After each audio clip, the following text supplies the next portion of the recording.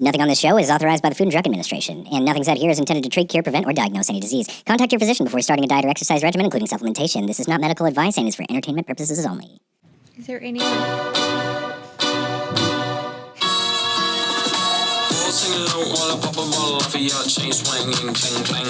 Does this guy South African? I don't think so. Ladies and gentlemen, welcome back to the Suppworks podcast. Joey Savage, TK Knox. And we've got registered dietitian with Kiwahako Biosciences, or Health Sciences, Katie Emerson. How are you doing? Good. Yeah, I think it's health sciences. You got to be like this far away from the microphone. I think it's health sciences. It is. Yeah, because Kiwahako Bio is a different entity of the company. But they're a Japanese company. Yeah. Which is interesting. I've always been fascinated with the interesting relationship that your company has with Kirin Beer. Oh, yeah. Which is kind of interesting. And I went on a deep dive with this because like it kind of makes sense because you guys make all your like amino acids and stuff from fermentation. Yep. But that's like, you know, using technology that came from the beer world. That's exactly where it came from. Yeah. That's how it all started, which is awesome. As an employee, I get discounts on beer and wine. Do you really? Yeah. I didn't even know this. Christmas gifts. I didn't know any of this. You didn't know that they came from a beer company? I thought amino acids came from like bird feathers. Well, I mean, you can do that's enzymatic hydrolysis, but usually like fermentation, like they plug all the genes necessary to like make an amino acid in a bacteria or a yeast, Yep. And they just poop it out. It's more natural Poop? versus, well, yeah, what's more natural than poop, right? But it's very better natural. than the synthetic version, how ingredients are made. The less substances attached to it. It's more pure. It's more bioavailable. It's more sustainable because it creates less pollution. Oh, can I add These that are all to things the I didn't list? know. Yeah, it's crazy because it's weird because like it's using GMOs for good. And well, that's I why like GMOs. I don't know what you're talking Me about. I think they're all too. good. Oh my gosh, I get in an I like argument those fat all the chickens. time. with- Chicken wings? I like them The fat. Costco it's not the chickens? same, but They're like 10 pounds. Have you ever seen a chicken that big walking around? yeah. No, Maybe here in Texas. Not walking around. No, they don't. They don't do a good job of that. Yeah, they squat around. They're They just chill. like limping around. Yeah. But yeah, they've employed bacteria for probably centuries. I would say because Kirin's an old company. Yeah, it is. Yeah, but as far as like the main biotechnology giants in Japan, it's Kirin and Asahi. I like acai too. They're pretty cool. Yeah. And they're just duking it out over using beer technologies to make amino acids and drugs and all sorts of stuff. But it's cool because Kieran's got this whole beverage side where it's not just beer. They have the wine, but then they have the non-alc too. And then they've started to realize this movement into health sciences. So they also have the pharmaceutical side where they do pharmaceutical trials and because Cognizant is a drug over there, so they have their own thing. But then they It's also a have the drug health. over there? Yeah. Didn't know that. It's used for stroke. Didn't know that. Yeah, in all the hospitals. So when people say, "Is Cognizant safe?" It's like, yeah, it's really safe. So so safe that, you know, if you have a stroke, you can still take it. Yep, and it will help you. Yeah. But this podcast isn't about No, it's not about the wonderful. amino poop or Cognizant. Which is funny because like most of our podcasts, when we have people from Kiwa on, it's all about Cognizant. Yeah. This podcast is about new, latest and greatest clinical data studies, right? Yeah, but also like there's this whole thing going on with glutathione where celebrities are coming out of the woodworks and having products with it and just screaming about the benefits. And so Kiowa's had glutathione Setria as the branded form. They've had it forever, but it's just kind of been like the redheaded stepchild because Cognizant's this amazing product. Yeah. And we've all kind of just focused our attention on Cognizant. And then now it's like, well, we have other ingredients that are just as good with just as good science. So now we're kind of bringing that back to life. And it kind of helps that Gwyneth Paltrow's out there talking about For how sure, much she loves of course, glutathione. because everyone loves Gwyneth. And everyone is like in love with doing these IV transfusion things now too. Yep. And glutathione, I wouldn't be surprised if they use Setria in a lot of those IV transfusions, but like We can't. you can't. No, it's not a compounded version. So I know that from Danielle. So It's only a matter of time. maybe I don't You know. guys make like the best glutathione that's out there. It is. It's the most absorbable, bioavailable form. We have gone way off topic. But you got the receipts to prove it. We'll get to the topic. We're getting there. We're getting there. Yeah, no, Can't have the steak without the sizzle. That's a good point. I'm not comparing it to IV, but Right. I would say in conjunction with it, absolutely. Well, plus you and me, we talked about the IV data, and it like kind of goes in, and then And it it's- disappears It's gone. because it's used up a lot. Yeah. Glutathione, like all the cells love glutathione. They come into contact with it, and they're like, "Hey, man, give me some of that." Well, that's the thing, right? Every single cell in the body is utilizing it. Lung cells, liver cells, skin cells. So it goes in an IV and poof, it's gone. Yeah. So for the layman, can you just explain to me the mechanism of action of glutathione, how it works, why somebody would like it, and traditionally how it's kind of been placed and marketed based off of the science, and sort of what the new clinical is telling you how it could be marketed? So glutathione is a tripeptide, meaning there's 3 individual amino acids put together, bonded together. It's glutamic acid, cysteine, and glycine. And they all have wonderful individual properties. But what's so unique about glutathione is there isn't one mechanism of action. There's like a minimum of 6. And so Joey and I started going down the rabbit hole together, of looking at these biochemical pathways, and they're very fascinating. So it depends on where you want to start, and then we can jump in because there's so many. It literally is in every cell, right? It's working on the mitochondria. It's working from. But as far as like how most people understand it, Master antioxidant. well, it is the master antioxidant, but like, when people think about it, like say I'm going to go do a glutathione infusion or something like that, they're usually after a rager week of like a bachelor party or something like that, where they've just completely like trashed their liver, which means like, and essentially like all their endogenous glutathione is fucking spent. I mean, like they've insulted it to no end. Those are the main reasons why people are seeking out glutathione. Like to the layman, Sort of traditionally, though. is the most common way that you're going to come across this is in like hangover cures or liver health products. Liver health. Yeah. Yep.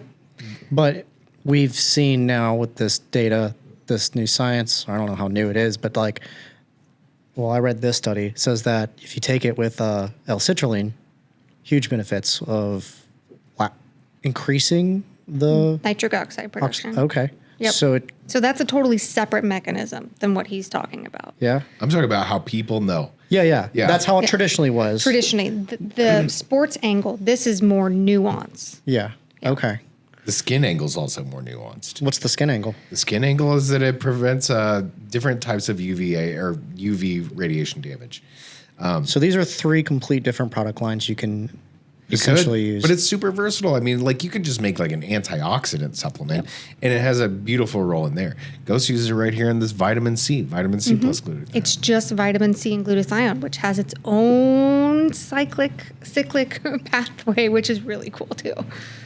So going back to liver. So Yeah. starting with liver, I agree with you. I think a lot of people want it for that detoxification purpose because your liver naturally detoxes your body, right? So it's got a 1-2 phase process.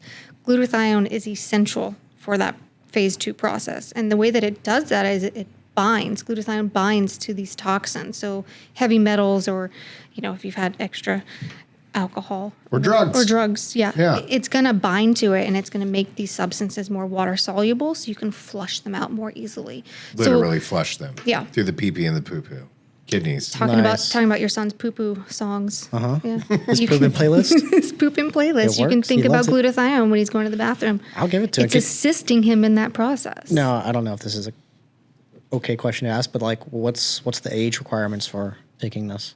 So it's an endogenous substance, meaning obviously our It's probably bodies safe naturally for make all it. ages, I would think. Your body knows what to do with it. It's not a foreign substance. So I'm not saying, hey, go give this to your 2-year-old. Yeah. I'm not saying that, wherever the camera is. Yeah.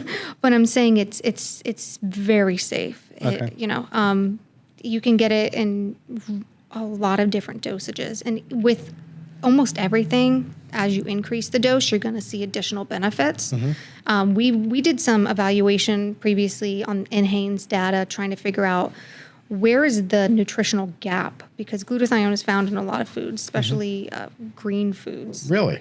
Yeah, broccoli, asparagus, avocado. So you can get it in your diet and then you naturally make it.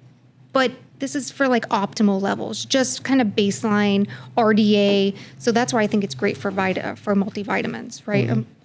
So I think glutathione should be in every multivitamin at a lower dose. But that's just basic physiological processes. But if you want to see these amazing benefits, like you went out on a bender and you want to feel somewhat normal, there's recovery hydration products for that include glutathione to help with that detoxification process. Now, in that NHANES data, there was like some 1,000 milligram studies, wasn't there?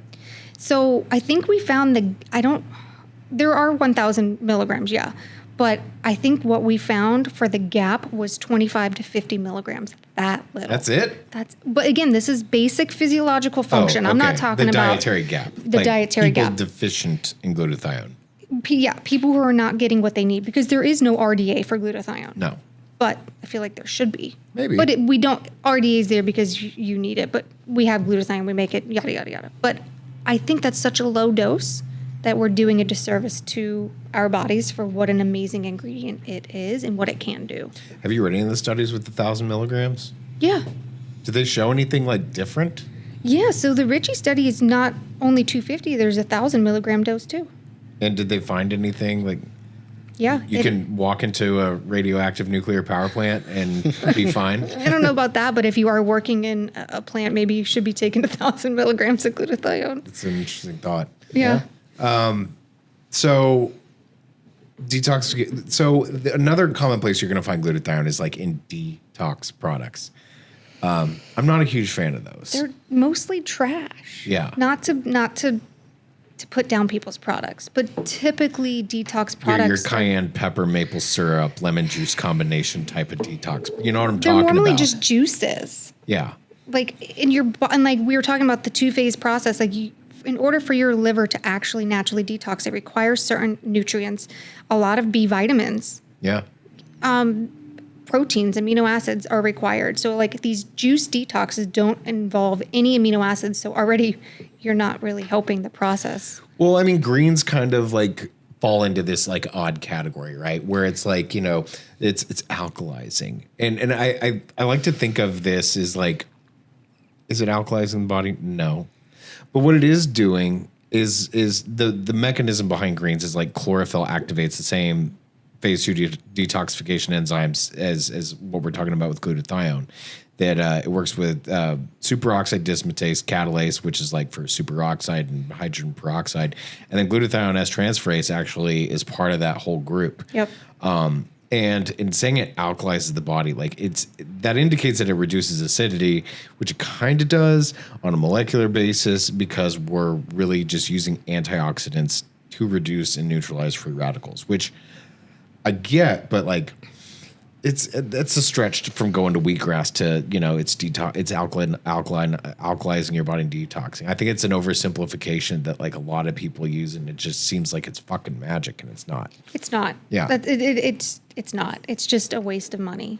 Well, can't be like because chlorophyll kind of does that job, but a proper detox product in this case would. If it's formulated appropriately to actually help your liver, then yeah, of course it's going to be a great So if product. you were to think about this, if you were to like construct like a proper detox product that would do justice to the name, obviously like this would be.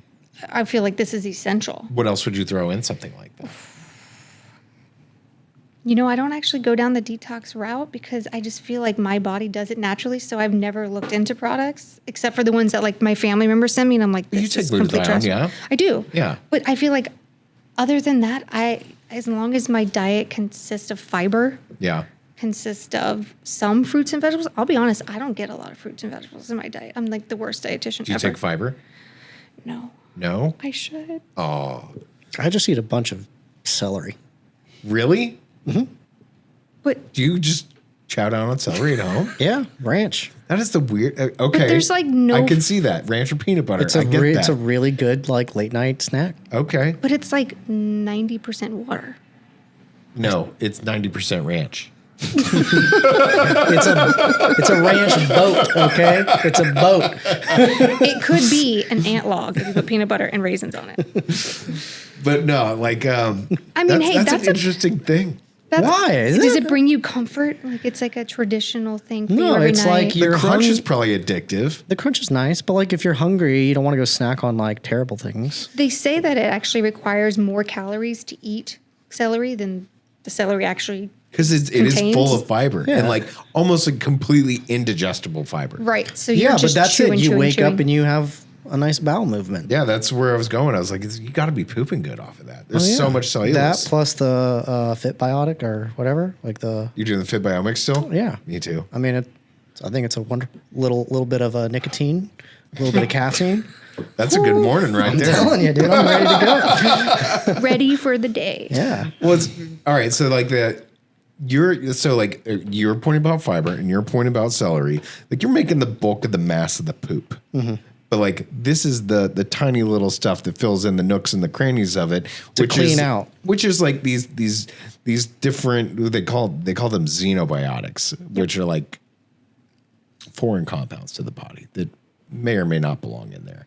Like Viagra doesn't belong in a human body, but people take Viagra all the time, and that's got to get kicked out somehow. Take glutathione with And it. that's what glutathione's doing. It's, once a molecule is spent doing its job, how it gets removed is this kind of pathway. So the dietitian in me just wants to be like, you could throw all this fiber in your system and all these awesome nutrients, but if you're not drinking enough fluid, you're just backing yourself up. So that's why, like, when I think of detox products, I'm like, are you drinking enough water? Like, sometimes I think it's something very simple. So But that's part of glutathione job, is to solubilize these kind of things. For sure. So they can be used, or with the kidney path, which is the other part of detoxification, Yep. to where you can clear it out, either through the urine or through the feces. this whole podcast is about poop. Well, it kind of is, because that's what detoxification is. We're making pee-pee and poo-poo, and that is the number one way that these foreign substances get excreted, through the help of things like glutathione. But on the perfect detox product, I would say chlorophyll would be on my list. I'd say vitamin C would be on my list. We'll get into that in a minute. Ghost put it in that one. But that's not targeted for. See, that actually isn't targeted for anything. There's no claims on it.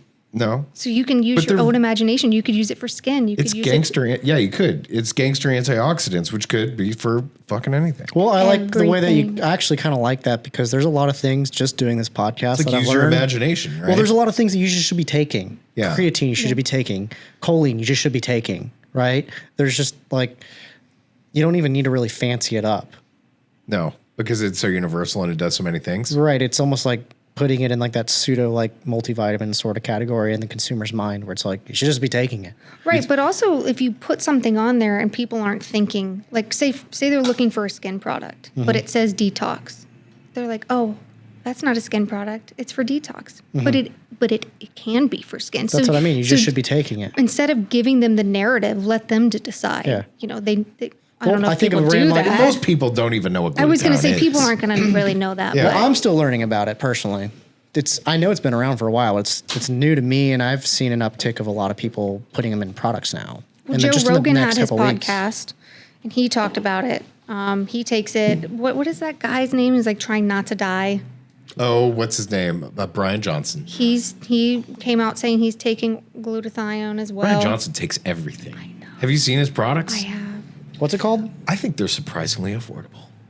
Really? Not to be plugging Brian Johnson, I'm pretty but sure like that guy emailed me a couple weeks ago. if you look at Is it like blue? They're like Blueprint. Mm-hmm. Yeah, he emailed me a couple weeks ago. No way. Fucking hit him back. You're like, I didn't respond. I didn't know who he I was. got can't asked by a remember. media outlet to like I can't remember. research his products and find out if he's like totally scamming people. I think they look great. and I ran through it and I'm like, this isn't bad. It's not bad. Yeah, I Like- went through it too. Like he's offering like a very nice basket of goods mean, for it's a pretty lot of affordable stuff. prices. Yeah, it is, but like You have to there's ask not many yourself, places though, you're going to find all that. at some point, are you disrupting your natural? Too is much too much. antioxidants. Right. This is a very good point. you because- just pass it though, right? No, it's It's not like that. The body needs a certain degree of inflammation to trigger the repair responses. right, especially when you're talking about exercise. Like when Especially when on you're exercise. really exercising and you're doing strength training, like you're literally pulling your fibers apart. You need that inflammation, that whole muscle protein synthesis process of rebuilding those muscles stronger. If you don't have a good inflammatory response, you're not going to heal properly. So there is a level, I feel like, when you could possibly be overdoing it with all of these products that he has. But I don't know to what level. There are some performance enhancing products that are actually pro-inflammatory, and that Well, isn't that help kind of it. the point of citrulline in a pump? It's not inflammatory. That's just blood flow, and Yeah, but the point is to put so much blood in there that it causes the damage, right. and then that damage causes an Elicits a inflammatory response. Yeah. I used to take arachidonic acid a lot, which is remember. the omega-9, super inflammatory. God, it'll make your muscles cry with pain, but it will help you get gains, and it's shocking because like I would even do this with like post-workout calcium because it just wrecks you so hard that your muscle has to recognize and overcome that with an adaptation. So yeah, I think the longevity people, they're all about like, oh yeah, antioxidants all day, wearing all my sunscreen and like never stimulating muscle protein synthesis or anything like that. Yeah, All for that's the a whole new thing where like my husband even said, he's like, we're not supposed to stimulate mTOR. And I'm like, why? Like I thought mTOR was a good thing. Like because now these I'm all fools confused. are taking rapamycin and it's bad news. I'm like, okay, so where are all this information coming from? People are overdoing it in certain situations. I don't blame them for playing. Oh my God, I love it. Someone has to. How else were we supposed to learn? Like that's literally research. That's how we figure out the appropriate dose and the appropriate duration. God dang astronauts, the microcosm. Astronauts are cool. Yeah, but it's inner space, not outer space. So how does glutathione affect the sports nutrition play? This is new, and this is something that only they have really discovered and shown a light on. Go ahead. So what was really interesting is when I started reading these studies is my mind's like, oh, glutathione's an antioxidant.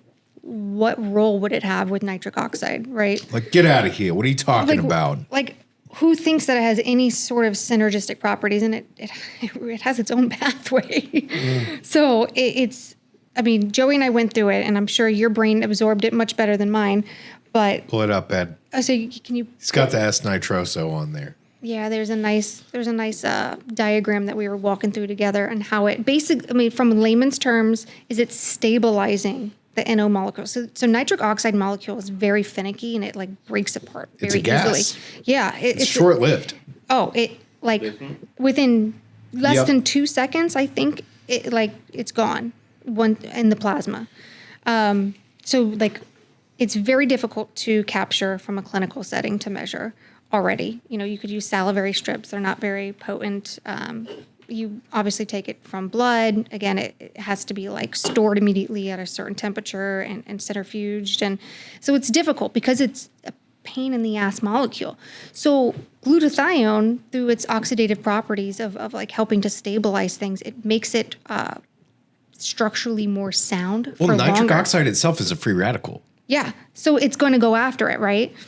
That's what antioxidants do, is they stabilize free radicals. So it does that, and it makes the nitric oxide last longer, so it increases the production of it and blood flow. So from a sports perspective, it's awesome. It's actually longer pumps for a longer duration. Yep.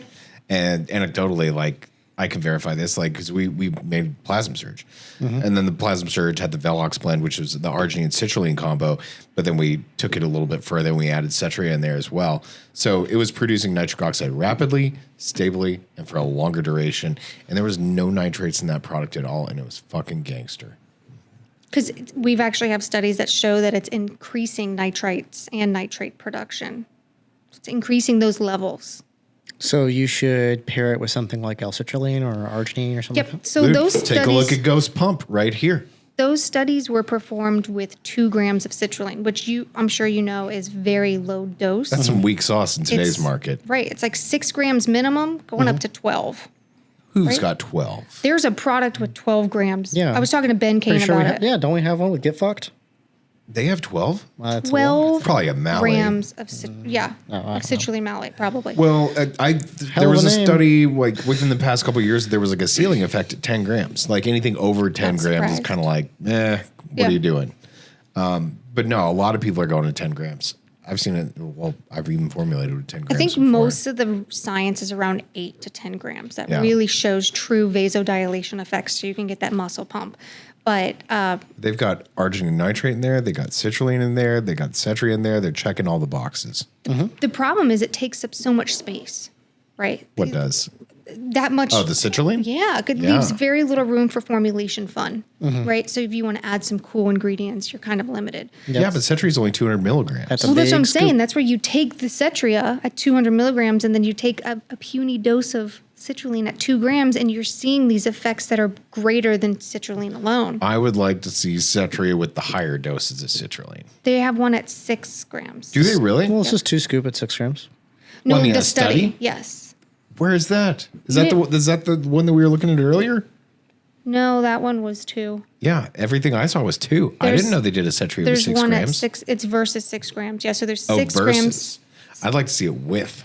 Oh, no. We stick to 2 grams. Oh man, we could really go off the rails with something like that. I mean, you know it's going to do better. Of course. So if you just want to see enhanced benefits, but the idea is to give you more room for play in your formulation and still give you additional benefits, if not greater benefits. So the citrulline after 30 minutes of exercise, like those NO levels just, completely plummeted. Whereas with Setria combination, they go completely the opposite direction. They're continuing to climb. Yeah, the study I the read way up to- says yeah. like after 4 weeks, everyone in the placebo did not see any gain in Lean muscle mass. lean muscle. Yeah, But it was still increasing in the Setria performance group, and they cut Yes. the study at 4 weeks and could have gone longer. it said that. I think with that the- one was 8 weeks, right? Was it like maximum benefit for? So It said that's when there was a differentiation between the control So the group best and effects were between 4 and 8 weeks. no, No, it was at 8 after weeks. after. I mean, sorry, after 4 weeks. Yeah. So here's the thing: they're on an 8-week resistance training program, and It said the randomized 75 random men, or not random men, 75 strength trained, resistance trained men, and they were randomly given either a placebo, they were given citrulline, or they were given citrulline with Setria. So there was 3 yeah. groups. Do and you think after they worked out at the same time in the same gym? it actually It had says it. it. It Yeah. says it So right they here. were on a very strict training The study's regimen. comprehensive as fuck, and they actually Well, I'm No, just it's very wondering, well like, I written. mean, are you like, your homeboy over here on the placebo group's having a real hard time on bench and he needs a spot, and it's like, you're in like. He's got a strength training coach to help him out. I was gonna say like, and then you're in the experimental group and you just look over there and you feel bad for the it guy. says using a random number generator and a double-blind placebo-controlled design, 75 resistance-trained males between age of 18 and 35 were randomly assigned to ingest L-citrulline malate, L-citrulline plus GSH. That's the reduced form of glutathione. That is Okay. Setria. The street name. We never even got glutathione. into that. Yeah, there's 2 forms. There's GSH. reduced, Okay. it's abbreviated GSH, and then there's an oxidized form, GSSG. So they were given citrulline and GSH or a placebo while participating in 8 weeks of resistance training. Participants completed 3 testing sessions where body composition and muscle performance was assessed, and venous blood was obtained prior to resistance training and supplementation after 8 weeks of resistance training supplementation. And really, it said that I'm paraphrasing here, but they saw the biggest parity of a split between substantiated differences after 4 weeks. So here's how I interpret this. By the way, we never got into my background, but I'm getting my PhD in exercise science, so all about sports performance. Congratulations. Thanks. So when I read this study and I think of my own experience in the gym, when you start a new program that involves maybe some new movements, maybe you're climbing, you're pushing new weight that you haven't done before for different exercises. Typically, these programs are 4-week programs. You reach your max potential. And then after that, you kind of start seeing smaller gains. You don't see as much improvement. Because the body acclimates to the change. Right. So I'm not like super shocked by that from a physiology stance of when you're talking, okay, that we're all doing this new exercise program. We're all going to see these amazing gains in the beginning, but we're going to plateau at some point. That's Yeah. why when you see these master athletes that have been training their whole life, for them to hit a new PR, it doesn't happen every week. It Yeah. takes a long time. So one of the This things is like a PR plateau breaker at the same time. You can Yeah. increase your lean muscle mass and your strength gains So potentially. have you played with like Ghost Pump or something and played with like the Setria for Sport blend and everything and like felt it? A little bit. Honestly, I haven't tried any of these products. That's why I brought them. we are you. going to try them on this podcast. Second half, we're trying everything. And the reason I wanted to bring them and try them with you is because we were having that conversation about cysteine being involved. And I get the question, does it smell like rotten eggs because of that sulfur thiol group in cysteine that's a part of glutathione? And I always tell my customers there are so many products on the market that are easily masked. So let's try them. Let's see if they smell like and taste like rotten eggs. This was one of the things that we wanted to talk about. Like a lot of people in their product development will look at like the price of glutathione and scoff and say, I'm just going to use NAC. And NAC for you at home is like N-acetylcysteine. It's a special form of cysteine that a lot of people, I mean, there's great clinical data on it. They look at it as like a precursor to glutathione, but there's more to the story than that.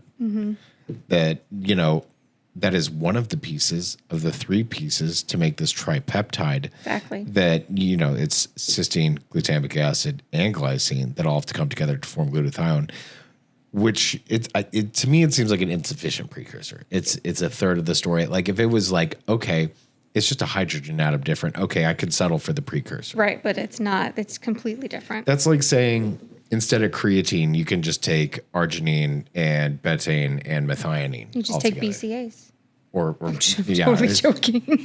Well, I get the argument where some people could say you could take like EAAs instead of protein. That kind of does make sense. I mean, Yeah, but you're missing some of the amino acids. right. The You are. non-essentials. Yeah. So But the flavor and taste of NAC is not good. scary. No, it's not good. Well, like I don't know why I'm going to ask you this because I know the answer is yes. You've had NAC by itself. straight to the dome. I'm figured, yeah. I'm not surprised. Joey tries everything raw. I've had He likes ox it raw. bile straight to the dome, and that is by far the worst thing I've ever had. No. Remember when we had Alpha Lead Performance on and you ate Oh, beaver anus. that's right. Ew. Yeah. Well, that allegedly is strawberry flavor, natural strawberry flavor. Oh, did comes it from taste like strawberry? It didn't taste like beaver anus, I can tell you that. You've had it before. You got something to compare it to.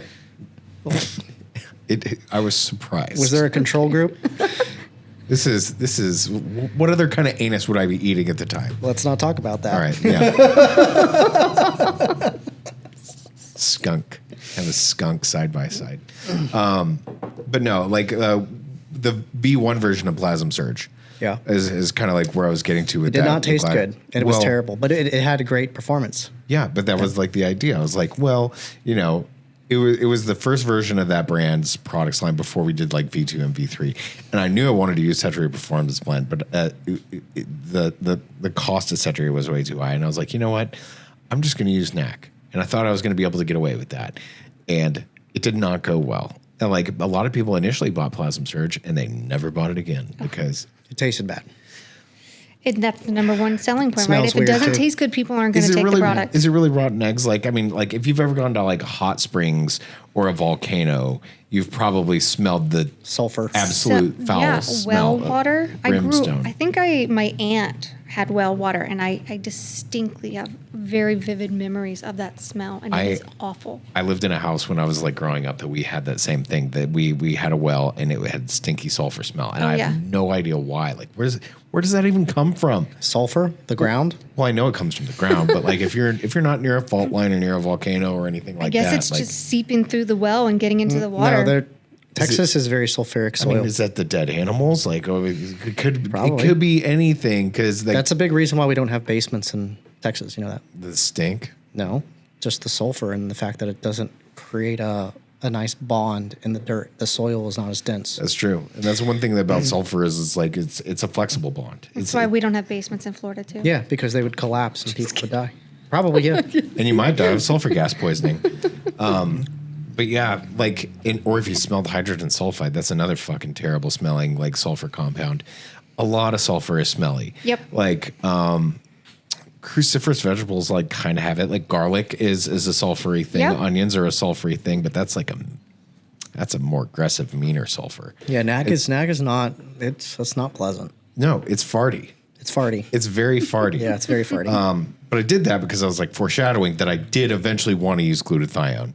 And any attempts that we had at blocking the taste of NAC were just absolutely terrible attempts. And we had a lot It makes of sense to put products. Setria in pretty much any pump product. Well, when we in a event- way, it makes it more efficient. Yeah, but when we finally switched to Setria, it's like, oh, we can flavor this now. And prices are better. I don't know prices. Sales tells me that they're better than they used to be, but Yeah. I know our science has improved too. So, I mean, between the science and the price getting better, it's Well, such when a you great, have a fermented product, there are different kinds of manufacturing efficiencies that you can find in like the production route, and it decreases cost substantially. Yep. So that's definitely a possibility, especially when Didn't you have the list of claims? Yes, working claims? I just showed it to Joey. So when it comes to the sports claims, So we talk about longer lasting nitric oxide, again, comes directly from those studies. So exercise is going to naturally induce vasodilation. That's how your muscles work. It just does that. So, but the whole point is post exercise. Are you still getting that blood flow afterwards? And so we can say longer sustained nitric oxide. Sustained pump. Yep. combination Well, of we don't say Setria with pump. citrulline I helps know. sustain But- nitric But oxide I'm a levels label for guy. longer lasting That's what my effect. client is going to tell me to Right. do. Right. And you can do that absolutely. little Aids asterisk. vasodilation. Because essentially, what is pump? How do you get pump? Better blood flow. Yeah, you got to dump. You got to dumb it down a little bit. The claim of it supports NO levels 30 minutes post-exercise compared to citrulline alone. That's kind of interesting, and that's like an indication of like that longer-lasting nitric oxide. Yep.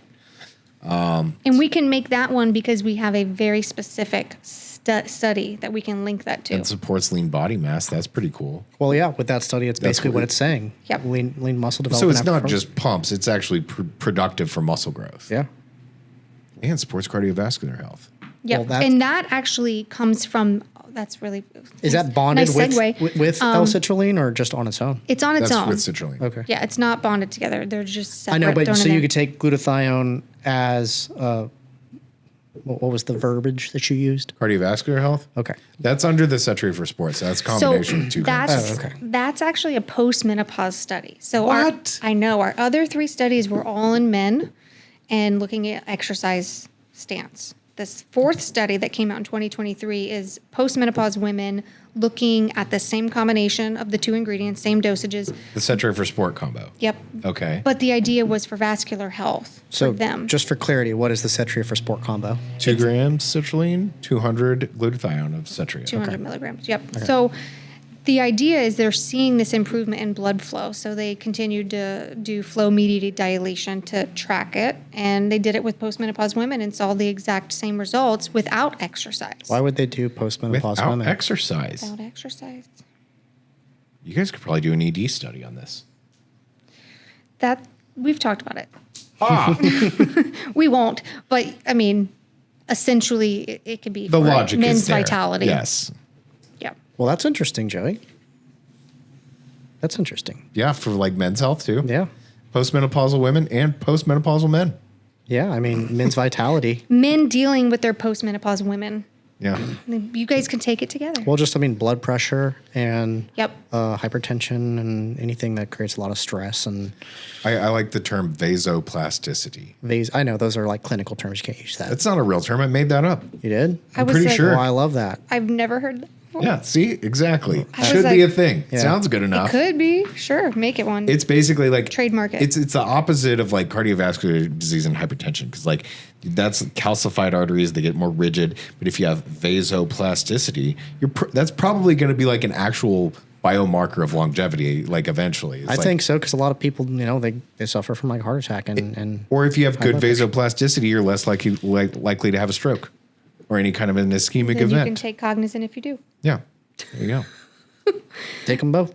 No, but in that study, they found that it actually attenuated systolic blood pressure and helped to help mean arterial pressure as well. So it was showing better. We have to be careful when we say Disease claims. disease claims. Yeah, Exactly. stay away from it. Yeah. But the biomarkers are the biomarkers. Right.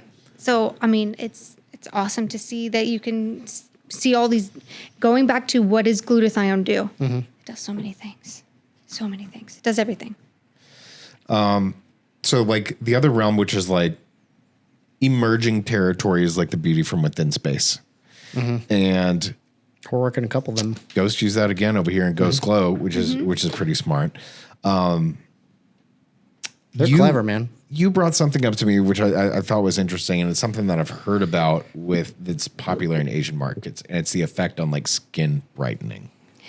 Man, That's exactly one of the products we're doing. And I was like, what? Does it have Setria or glutathione in it? I don't know. You would know. It's one of your clients. it should. Oh, snap. You're right. We have 2 studies looking at skin brightening or skin lightening. They call it in Eastern countries skin whitening, Right. So but we don't say that. we here. don't say that here. Correct. Yeah. So we do brightening. But in Asian cultures, they want white porcelain skin. It's a sign of, luxury, fertility, youthfulness. money. Yes, exactly. Yeah. And But over here, we all want tans. we all Yeah. want to be. It's the exact we all want to opposite. be. I'm like, I was in the sun recently, but it's like, I want my skin to be more tan. Like that's more youthful and vibrant. So for me, when I see the claim lightness or brightness, I'm like, is that what people want? Is that desirable? But there's the angle to it that what that essentially means is that it helps to tone down any unwanted spots and color disfigurations or pigmentations on the face. So it's Age spots, dark circles. yeah. So How does it do this? it's actually it inhibits melanin. And so that is one of those, we had this conversation too, where we were talking, is that a good thing? It is a bad thing, again, balance. I think it goes back to, you don't want to inhibit it too much, but you don't want too much free flowing because then you may have major discolorations all over your body. But there was another mechanism too. Now it's escaping me. So, like, I was thinking of it from like 2 different ways. So, say it does inhibit melanin production. Melanin itself is a protein that, helps with UV radiation protection. Because, darker toned people, they don't sunburn as easily because they're actually better protected from UV radiation than, say, more fair toned people. But it's almost as though if you're stopping this melanin production, is that coming with a cost? Are you more susceptible to UV radiation? But it's almost as though there's a trade-off, because if you have less melanin, but you're taking a shit ton of glutathione, that glutathione is abundantly spread throughout the body, including the skin and the dermis. So if you are getting some sort of UV radiation insults, that the glutathione is helping reduce the free radicals that are generated from UV radiation damage. And we've talked about UV radiation or radiation damage in general in the vitamin E podcast that we had, where you have this particle, it's a charged particle that just goes through everything and pops all these different free radicals all along the these chain. layers of protection you're supposed to have. Yeah. Cellular protection. And all along that line, it's creating these free radicals. So if you have a lot of glutathione there, they're going to get created and reduced very quickly. So it mitigates that damage. So you could either have melanin, or if you don't have melanin, you don't want melanin, you want to inhibit your melanin production and have brighter, whiter skin, then take a whole bunch of glutathione, because you're going to need that protection somehow. And that's how the studies were performed. There was one arm that was exposed to sunlight and one that wasn't. Wow, that's awesome. Well, think about when you drive a car, right? Yeah. This arm is That's always exactly exposed. what I thought about. Yeah. I had a buddy who always had an old Corvette. His Yeah. left arm was always really tan. Yeah. And they found that the sun exposed arm had better reduced. Well, they weren't tracking melanin, but they had better skin evenness and better lightening effect than the sun protected arm, and that for the exact reason that Joey just said. There needs to be an asymmetrical study in truck drivers, like where it's like the asymmetrical tanning of long road truck drivers and stuff, and then give them a whole bunch of They don't roll down the glutathione. window anymore. They ain't hanging out there. Maybe we should make a tanning protection product for truck drivers available in truck stops, so they don't have asymmetrical tans. That seems a little sophisticated. It's very nichey. We could kill it. Yeah. I'd like to see it in a topical, like in a sunscreen. Well, for like that client that we have a mutual client of, it's one of their top sellers in their In their eastern skincare. in the eastern South Asian Yeah. market. And they're like, look, we're making this product only for this over here, but it is a big mover. Oh yeah. And we were like, well, okay, weird for us. Well, but that's what's There so are a lot cool of about- ingredients like that out there. Like Right. so many different things. Vitamin C is used for the same thing. glutathione is the primary ingredient in that. Yeah. Not surprising. There was a new article that was released, I think, 2024. It was a review article on glutathione's effect on skin health. I think I sent it to you. It's I a don't know. comprehensive narrative review. It's really good. It actually includes some of the studies that we have, but it talked about everything that we're talking about here. But I didn't take it back to the fact that people were looking for this endpoint. But again, it's an Asian market Were they thing. still using the 200 milligram dose? It was they quoted many different studies, and there was 250, 1,000. Oh, yeah. 1,000 seems to be like the sweet spot for skin. You got to have more, yeah. Well, it's the saturation effect. If you're taking something orally. Well, I mean, they still saw effects at 250. Yeah, but I mean, like, you absorb things in your core, and it takes a long time to get that spread all the way out to the dermis. And I think it was. And you're going to have 4 to weeks. hit that with a lot heavier dose if you want to get a lot of saturation in the skin tissues. Yeah, it takes time. Like, I mean, you think of lion's mane, right? That takes quite a long time to see. 4 to 6 effects. weeks, right? Yeah. And it's also heavy doses too. Yeah. Over a gram. Yeah. 1 to 2 grams. And the thing about lion's mane is most of the neurogenesis that is along with that is peripheral, which, a lot of people, there's like this old adage that, once you're an adult, you don't grow new brain cells. And lion's mane seems to be like taking that and putting it on its head. But it's peripheral, which is that's even more compelling to me because it's like, okay, what does this mean for like balance and reaction time and coordination and all the fun stuff? All the proprioception stuff, body awareness. Yeah. Doesn't cognizant help with all that? It does in a different way. So it does it through acetylcholine, which plays along with it. It's so funny you said that. After having the conversation with Rick today, we're talking about ways to measure coordination. Yeah, so you were just up in College Station, Yeah. east of here, northeast. Rick was our last guest on this podcast.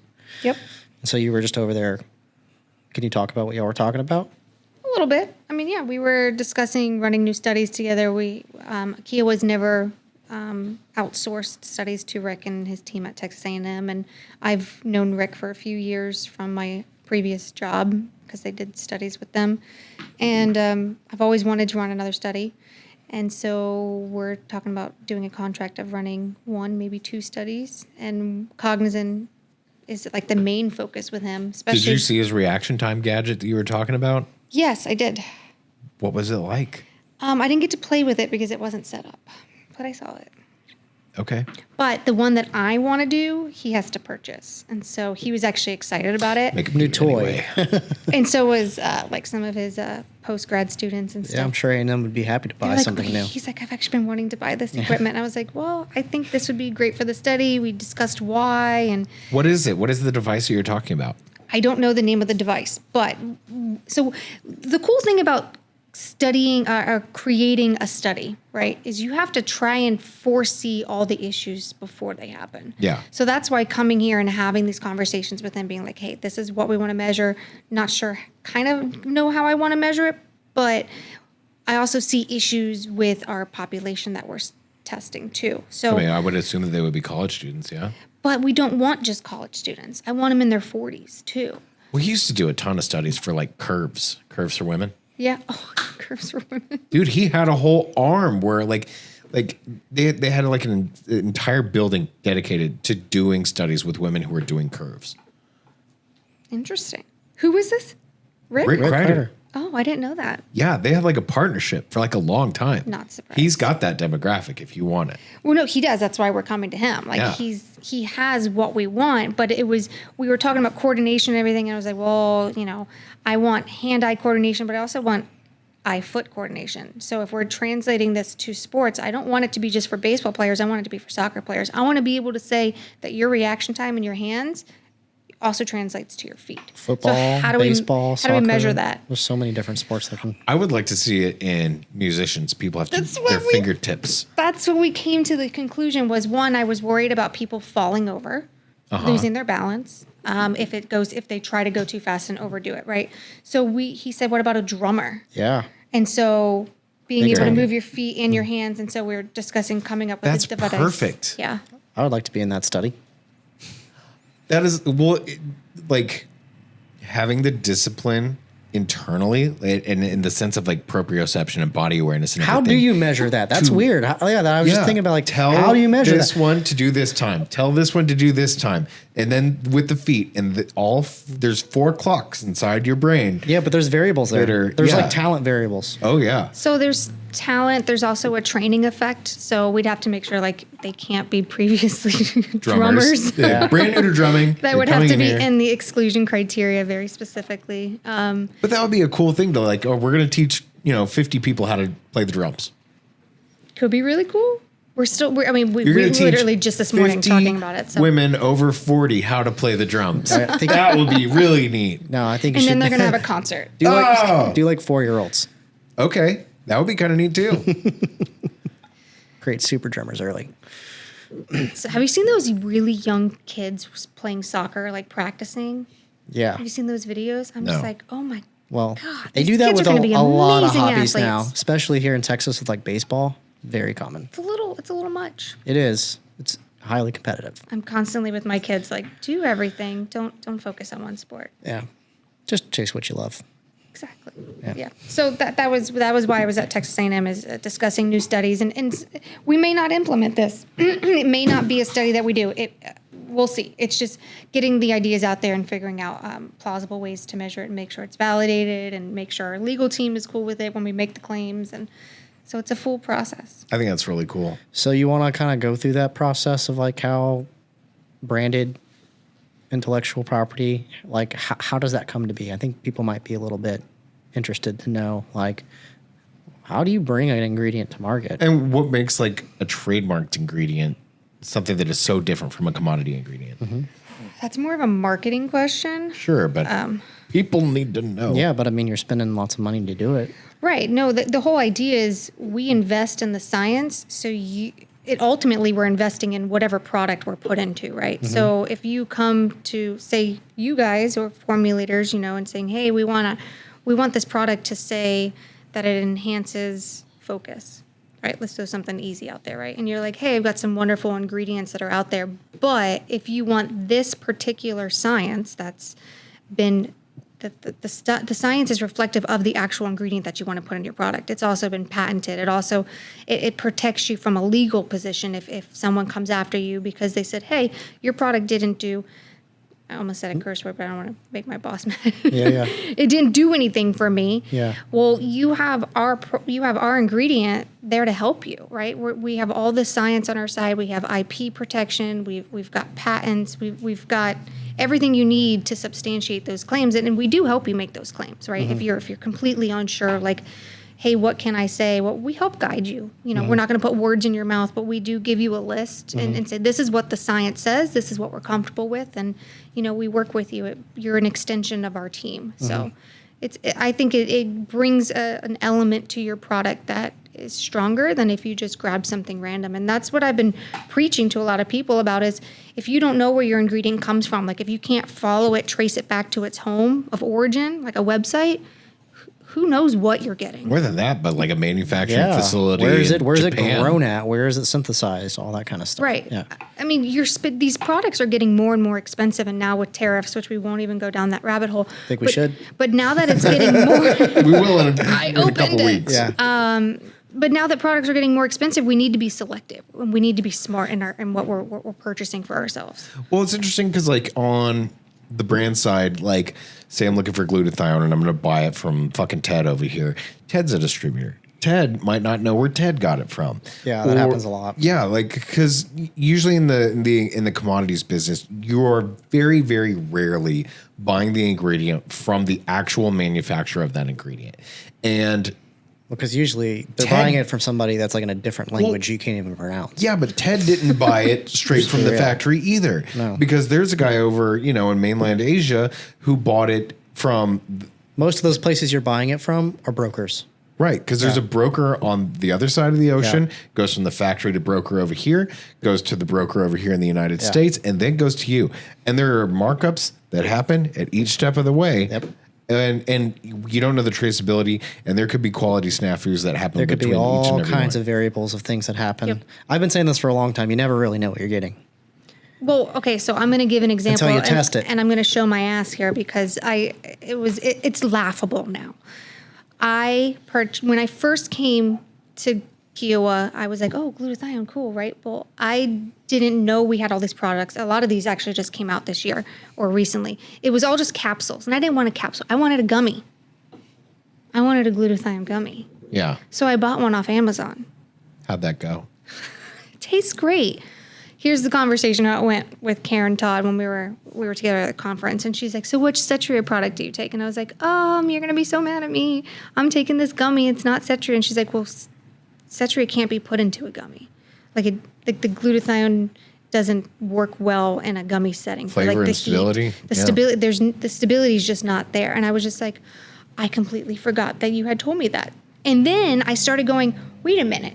This product says that there's 1,000 milligrams In one gummy? in 2 gummies, but there were 4. Surely you would taste that. But there were 4. Yeah, no smell. 4 other ingredients in there. I think there was biotin, there was collagen, there was vitamin C. Sounds so good. Sounds too good to be true, right? And it was in that moment that I went, I know better. And if I know better, Most consumers don't. most consumers I have mean, you no were idea. you were a subject matter expert in the field, and even It got me. Yeah. I wasn't thinking. Everyone I gets duped purchased it, eventually. and luckily I had just purchased it, so I actually was able to alert Amazon and be like, "Hey, this product, there's no way it contains all of these in 2 gummies. Like this is BS."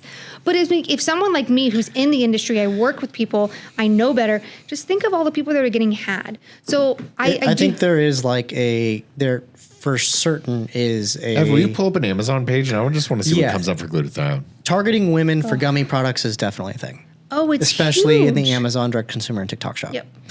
Like whenever we do gummy brands, the vast majority of them entire marketing strategy is based around for women for women types of products. And we have a whole Japanese team working on the look at all that. the gummies, right? Knack gummies. Oh, I'm sure those are delicious. And they're all pink, except the blue ones.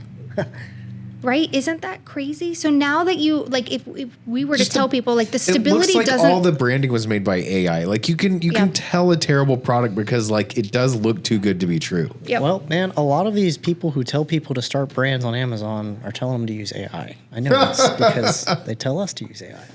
And But now give us they all all their look info the page. same now. Look right and there, it's- 1,000. I wonder if that It's one going to I get flagged hard is to still on there. differentiate yourself because everything looks AI generated. But now food's over there, not AI generated. No, but they're using now foods as a indexing parameter. You see that font, liposomal glutathione? It's Yeah. like that serify. You know who started that trend, in my opinion, is Chobani. They were the first kind of brand to sort of use that type of serif font. And you see it in women's products all over every single type of category. You know what's awesome is I'm not seeing that product that I had purchased, and I had I went to Amazon and I was flagging them. It would be awesome if they got taken down. Maybe you got them taken down. Maybe you ruined someone's life. You could probably get most of them taken They down. were let's just making be honest. $300,000 a month Dude. until you came along. Right? Maybe I should just spend my day going on Amazon and just flagging all these BS products. There are litigation attorneys that do that. Yep. Yeah. We also fancy ourselves bullshit hunters from time to time. If I feel like the mood is setting in, I'm just I just feel like being a jerk today because I'm sick of people buying things. Well, I feel bad. Like people like my mom and my family members, they send me crap all the time. And I'm just good? what do you think about this product? And I'm like, for the love of God, woman, please Where did no. you find this? Right. Is this from an MLM company? Infomercial, yeah. Oh, man. And the videos I get sent to me, I just... So you're saying it's not sustained in gummy form that well. That says 5,000 milligrams. Get out of here. It sure does. Liposomal glutathione. So it's better. It's 5,000. better used as a powder, or what about a beverage? Pull that one up, Adam. So it's not. It doesn't have stability in a beverage. You can put it in an RTD, I should say. You can. It's in a stick pack. You can throw it in The water. second one. But after a while, it starts. I think you can start. To It's best smell it. formulated in me see the like a back. stick or a capsule, Yep. a powder or a Yeah, capsule. keep going. There's no back. Keep going. Second image. Look. No, they don't have a supplement facts panel. Holy whip! Wait, it showed the formula. It did go back. You to don't that. have to have a supplement facts panel on Hero listing. That's odd. Amazon. No, keep going. You're Right, the third picture. Right there. that one. Yeah, but it doesn't have doses. You don't have to have them. 5,000 5,000. milligrams of glutathione. And how many gummies? I think that's a one gummy. That whole gummy's 5,000 milligrams. It is a whopper of a gummy. Oh, well, it says, 8-hour 60 time gummies release? and a 300. What about this? What in there makes it time release? Nothing. I don't see anything. It's all B vitamins. What's loading? It's iodine. But they capitalized. They thought it was a lowercase L. Steady 8-hour time release would be a structure function claim, would it We not? gotta flag this. That'd be a function claim, would it not? 1 milligram Which of one? omega-3. Steady Just saying. 8-hour time release. That's a claim. Yeah. So I mean, no asterisk. I mean, this is prime for a litigation attorney. So like, how does this even get on here? They don't care. They don't. You just list it. You can list There's anything on nothing Amazon. illegal about this. It is they have horribly parameters deceptive. for certain categories, but not this one. See, this is the perfect example. Like weight loss or muscle building. those get flagged, which Yeah. they need to get into the beauty market more. That's where I think they're predatory to a lot of people.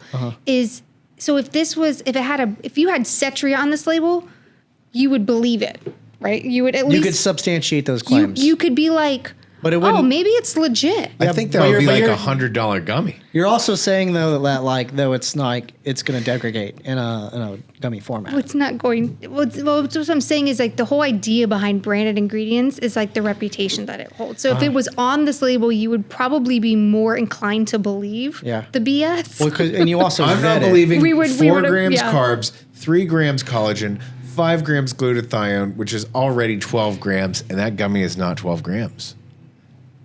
That's a big old. That would have to be a monster gummy. That's awesome. There's 30 of them in the bottle.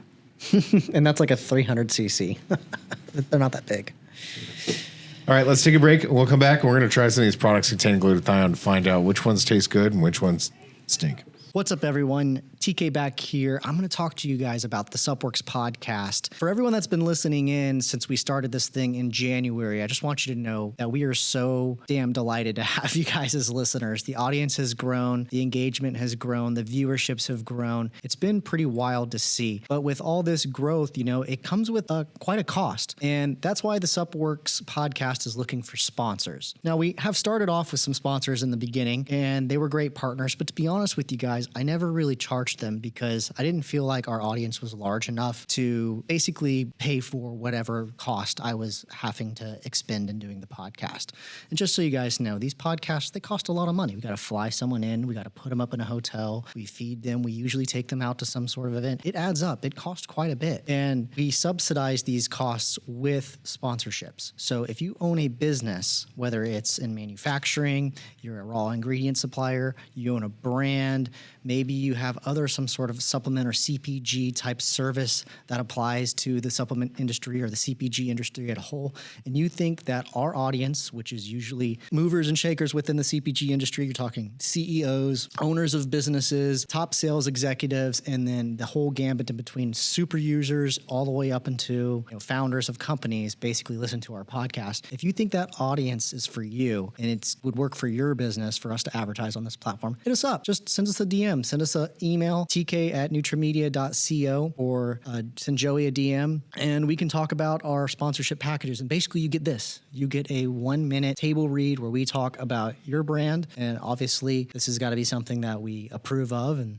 we support. But if there is a good partnership there, reach out. Maybe we'd be interested in having you as a sponsor. So if you want to sponsor the Suppworks podcast, just go and hit us up, and you can have your table read right in the middle of the podcast while we do our breaks, just like now. And we're back. Katie, where are we? We're in Texas. We're back. We're not in Florida. So pretty cool hearing you talk about designing studies with Dr. Kreider and everything. You want to tell people a little bit about you and kind of how you got involved with Kiowa? Sure. Yeah. So how I got involved with Kiowa. Well, first I got in the industry, the supplement industry, based on the fact that I realized my education system kind of failed me as a dietitian. Because there's this whole world of stuff. called supplements. What's crazy is that I actually took a supplement course in my master's program. I didn't know they had really? that. I did. Didn't It was know a that was a specialized thing. program, and guess what I learned? Vitamins and minerals and proteins, amino acids. Not supplements at all. And so the whole idea was that us dietitians, it's kind of an outdated system of belief where supplements don't have a place. There's a system that says that they're not regulated. And so I'm trying to use my platform of educating fellow dietitians that they are regulated, they are efficacious, they are good. Not everyone plays by the rules, as we've just seen, on Amazon, but the good companies do. So when I was going through internships, I quickly realized people asking me questions. I was like, man, I don't know nearly enough about the supplement industry to help my athletes. So I was at the University of Miami, and I was doing a football rotation, and I love college football. Like, August is my favorite month, not because my daughter was born that month, sorry, daughter, but because that's when college football starts, and I get really excited. And it's way better than professional. It's a great time 100 of year. times better than professional. SEC football, you just can't beat it. Yes. Oh my gosh. Being on campus today at Texas A&M, I was like, I felt it. You felt It's an the energy. tingles. It's palpable. Yeah. Be there on a Friday night on the day before a game. Oh my gosh. You cannot explain the energy. Exactly. It's I've told this to Ed. It's like it's just a magical place. It And is. Every It's a SEC campus- community. Oh yeah, the whole place just bleeds maroon. Whatever the other team is.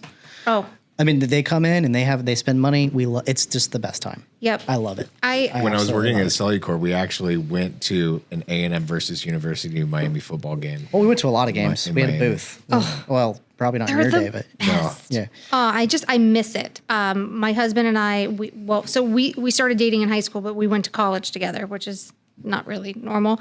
But he got into UF, so I went with him. And so we were in Gainesville for 7 years while he was going through his undergraduate and master's, and then I went to Santa Fe.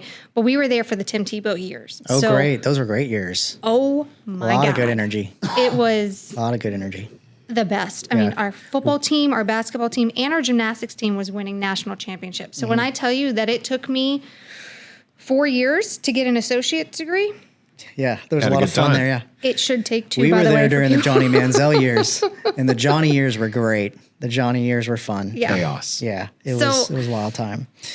I love SEC football. I just, it's different. It's got a different spirit to it. Oh, yeah. So, Were your athletes taking a bunch of supplements? no, they weren't allowed to, but I worked with a fellow dietitian there that works directly with them and educates them. And if it's not NSF approved with that NSF third-party testing label, she cannot recommend it to her I athletes. mean, that had to have even been like a new concept. Are you calling me old? I'm saying that I mean, NSF testing hasn't you been were in around college very during the Tim long. Tebow years. Well, no, but I'm talking about when I was doing my internship. That wasn't. Even maybe it now, was the kinda whole long. NSF certified thing, it's like I'm it pretty has not sure I had was in massive high school adoption. during the Tim Tebow years. I was in high school. I was like a sophomore, maybe. Oh my God, am I that old? Wait, Joey. Damn, you're TK, old. how old are Shit. you guys? I'm turning 40 this year. Okay, so yeah, okay, we're good. Wait, how old are you? 34 or 5. Okay, so you're younger. That's cool. That's fine. Yeah, whatever. You she's- said she- high school. I was like, oh shit, am I old? She was just talking shit about my trash can and my shelves. Your shelf is about to knock all that stuff off. We've but been saying that for almost a year. Yeah. I feel like Over a year. I'm waiting for them to just fall finally, Give me a good So- excuse to buy new ones. So yeah, I went to UM, and it was hard because I'm like a UF internally, right? So we always did that in the locker room, like I would bag on them and stuff. So it was fun, but they would come to me and they'd be like, "What do you think about these supplements? What do you think about that?" And I was just like, I don't know. Who should you be talking to about this? And I was like, you should be talking to me about this. Oh, It's whoops. kind of you. And it's kind of on me. And I was like, man, what a disservice I'm being to these athletes that are coming to me for knowledge. And so I was like, what better place than the industry? Came to the industry as an intern just to make some money. Well, that's While why I most, studied- That's why most people do it. Well, I did it as an internship to make money while I was studying for my boards. Yeah. And then I was like, holy crap, what a world that I never knew existed. Once Yeah. you get into this world, though, you realize what a box they put dietitians in. Oh yeah, exactly. And so that's actually going to be my dissertation for my thesis for my PhD program is uncovering and publicizing the fact that RDs do not know enough about supplements, and they need to. The curriculum needs to change. Supplements are not just for athletes. They are for clinicians. They are for everyday people. The supplements are amazing. Well, it's like applied biochemistry. Like it should be something that you would take after biochemistry on that degree path. And Would you believe that I had to take Biochem 1, Biochem 2, Organic Chem 1, Organic Chem 2 just to get into the program? Yes. So these are the individuals. You're talking about this food that you're learning about nutrition from multiple stance. And then you take a physiological stance as well. Like these are the people that should be educated with supplements, but they're not because the curriculum is so bad. Because everything that they have learned, like the supplements, everything would click. And it would finally be like, oh, okay. That makes sense. Yeah. We should just add glutathione to the diet. But, it pisses a lot of people off, well, very wealthy conglomerates off in the pharmaceutical world. But supplements are now billions and billions of dollars. It's a giant market. It's a huge market, and for a reason. They're amazing. Yeah. They're here to stay. They're not going away. People need to learn to appreciate them and understand how to purchase products, how to read labels, how to know what's good and what's bad. Like you from a marketing stance, like looking at a label, like people need to be educated in what to evaluate. Where do you start? Start with the back of the label? Do you start at the front of the label? What are you looking for? And then who do you turn to when you have questions? Like these are really important things that I feel like people need to know. Well, I think now that you're here, you can kind of speak on it maybe a little bit. I know it's not your position or role, but like when commercializing products, it could be some of the most longest, arduous, and tedious part of the process of bringing a product to market. And from my perspective, everyone loves the marketing and the branding and the packaging, and they want to talk about that, and it's what they're really excited about. We spend less time making something look good, and we spend more time on whether or not the trademark licensed agreement has a little TM or a little R on that tiny little 2-point font on the back of that label, and probably most people don't read. But it has a lot of legal parameters associated with it.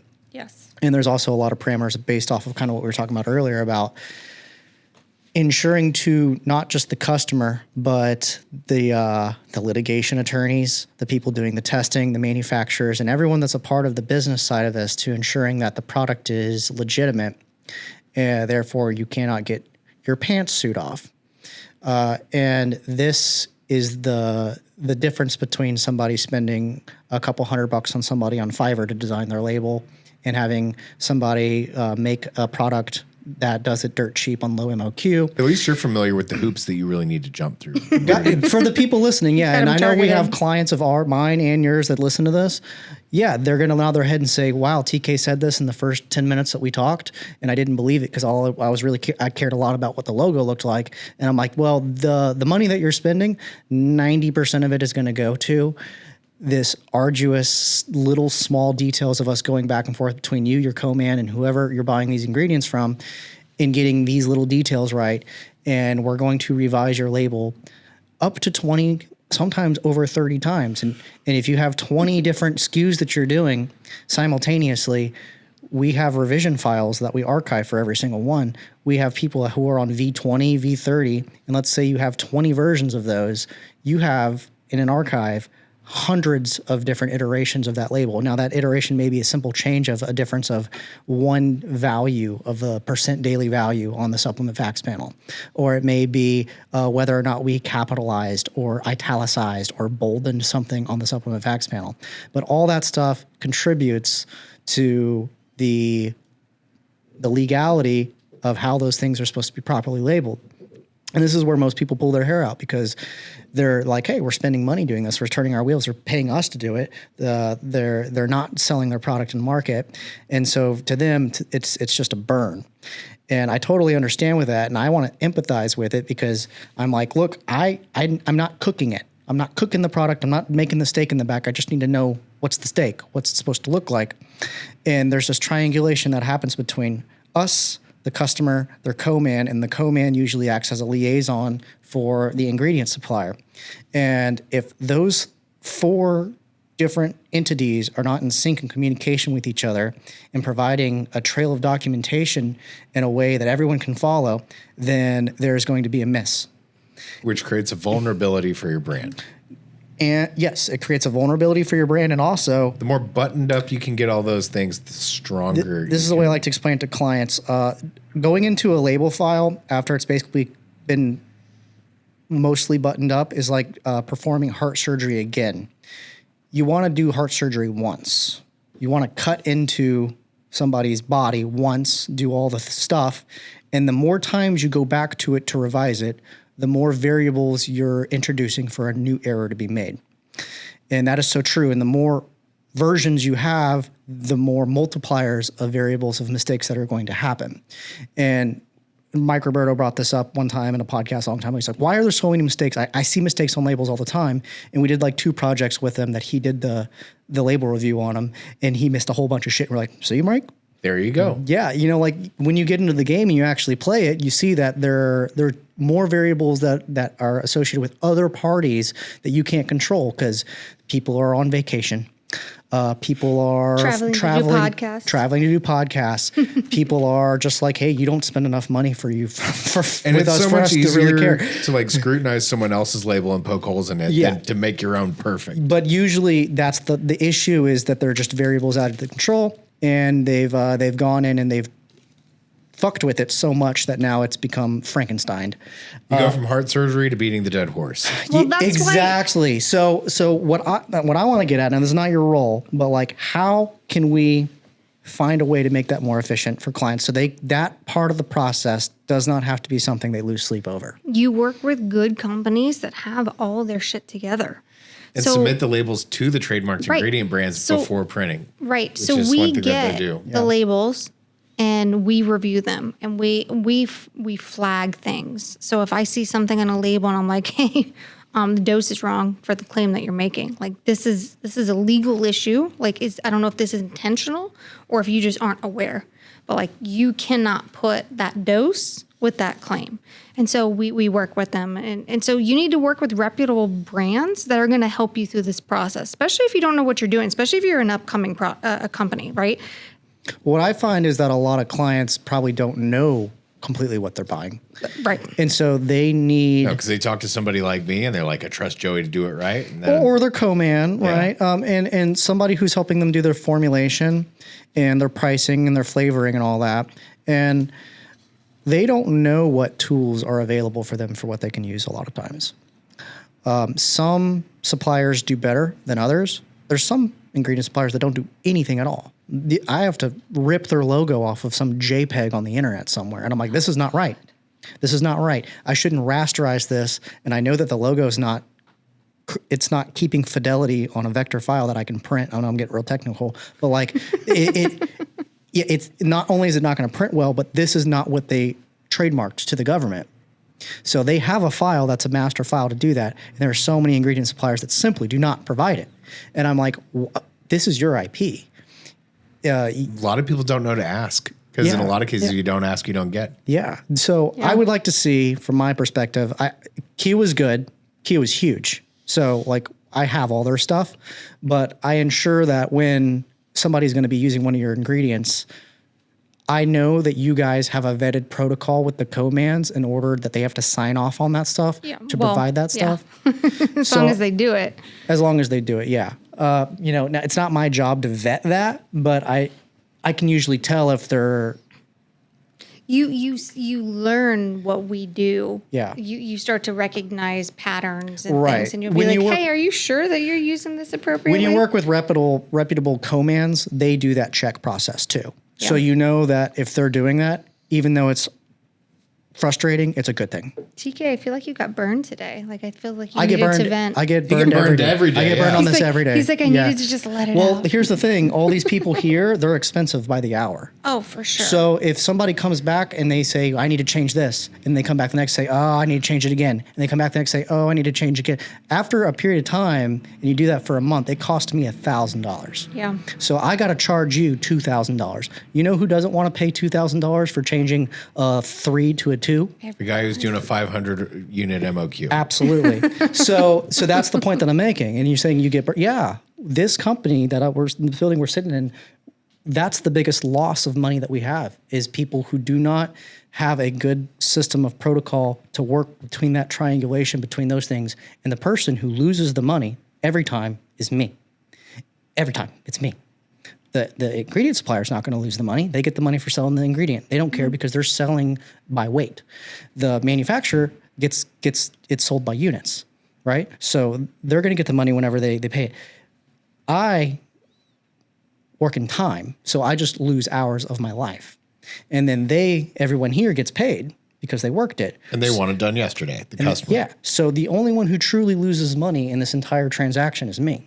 Well, I came in when you were not here, and I started talking to TK about just random things and being like, it's when people travel and me traveling, that's where the conversation stemmed from. Was I was like, there's always an urgency. Yeah. There's always I need this now.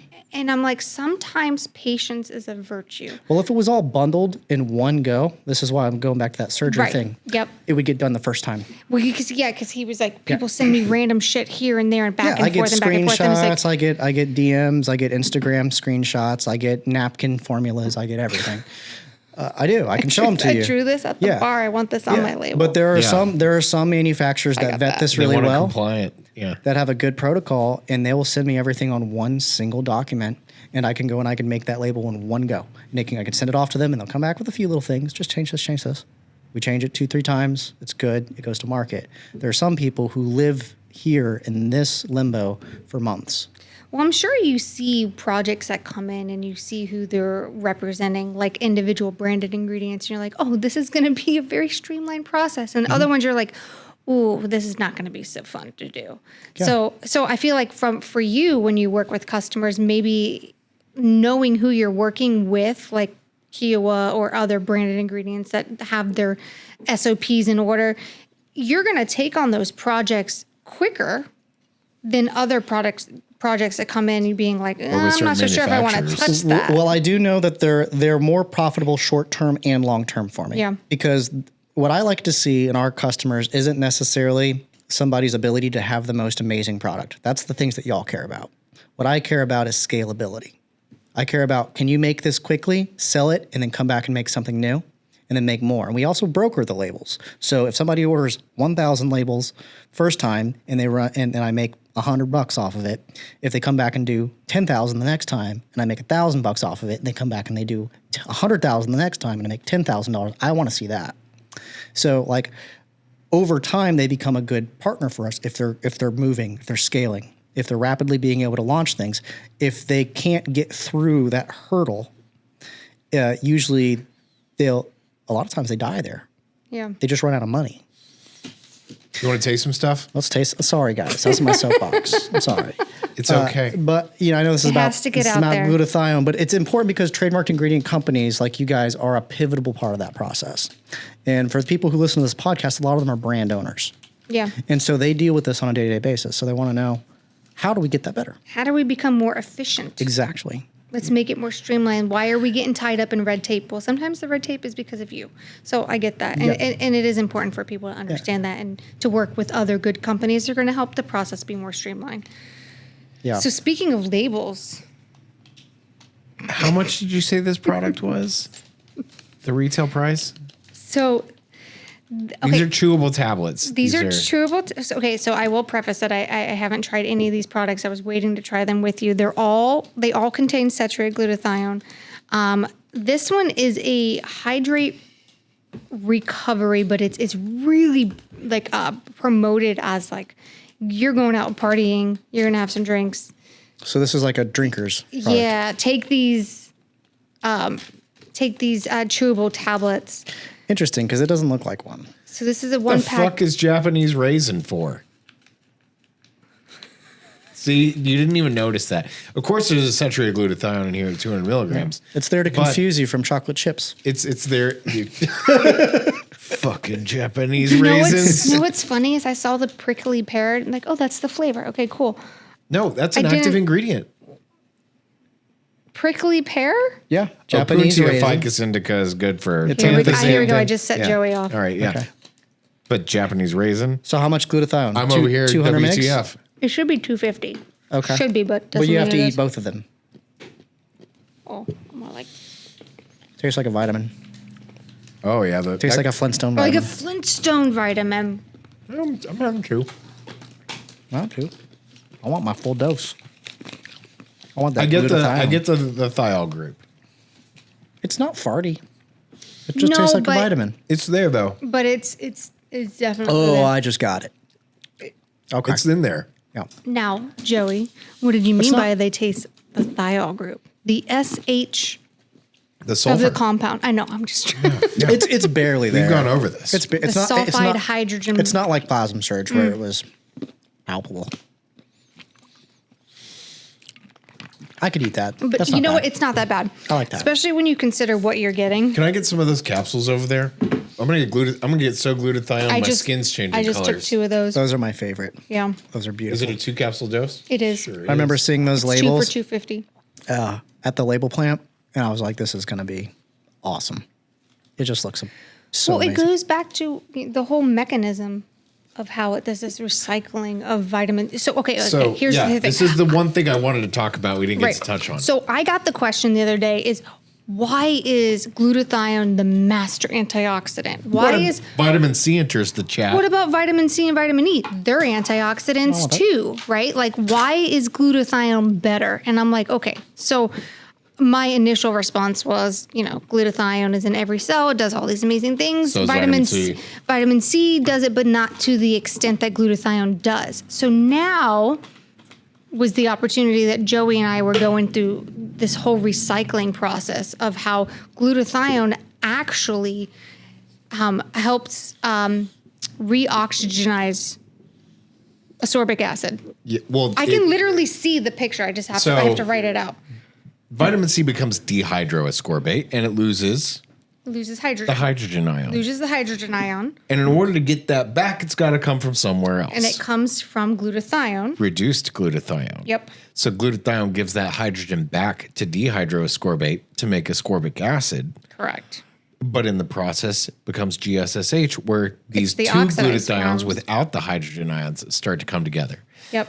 And that turns back into glutathione with, we talked about this earlier. Wait, what'd you say? I just blanked out. It's getting The, late. the how is It's 9 p.m. what recycles 10 p.m. for the me. glutathione back from the oxidized to becoming reduced again?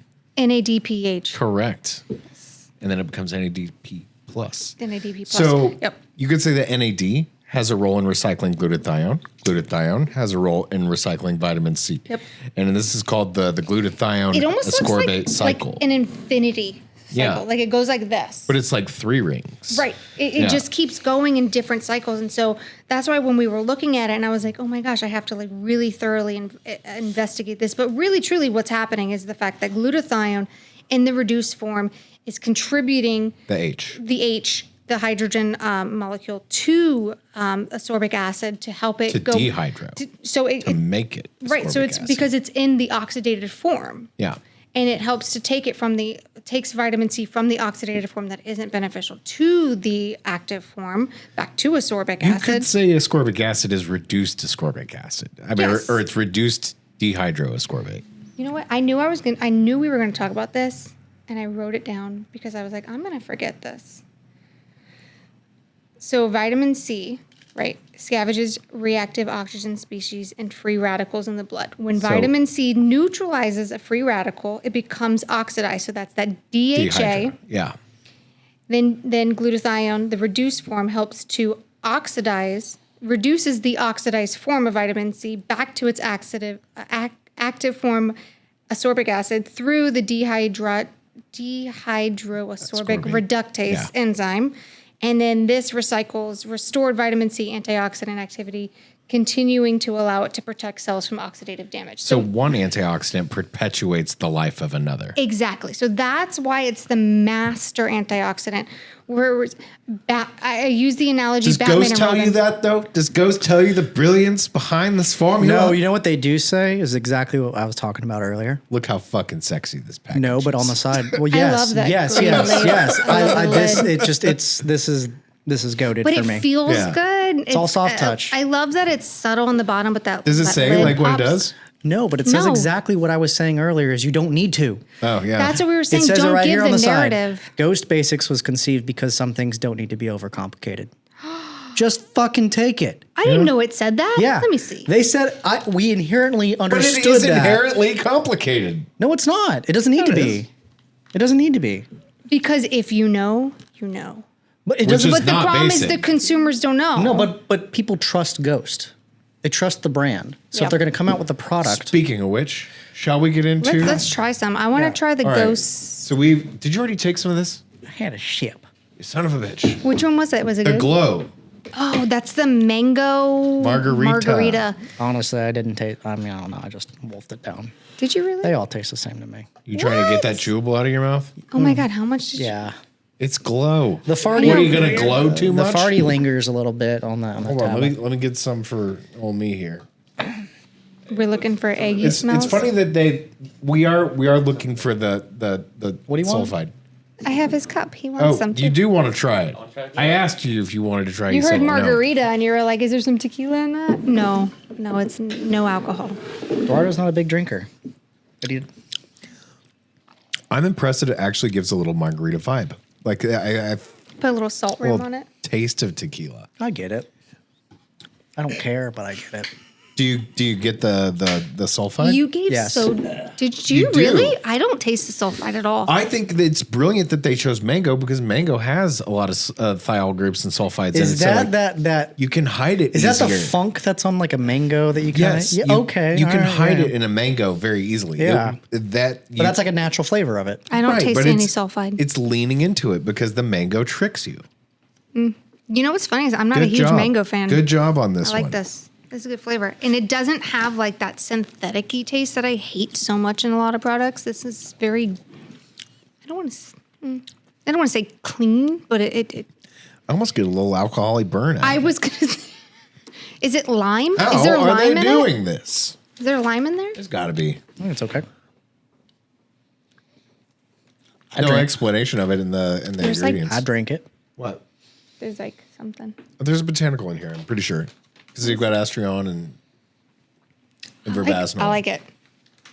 I'll take it. Nice. All right, what's next? So this is one. I want to try that one. The Hue and Grace So that Hydrate and Detox. Look how sophisticated the packaging Very is. minimalist. We got that Montserrat going on. What do we have in All here? caps. Karen told me to try Electrolytes. this one.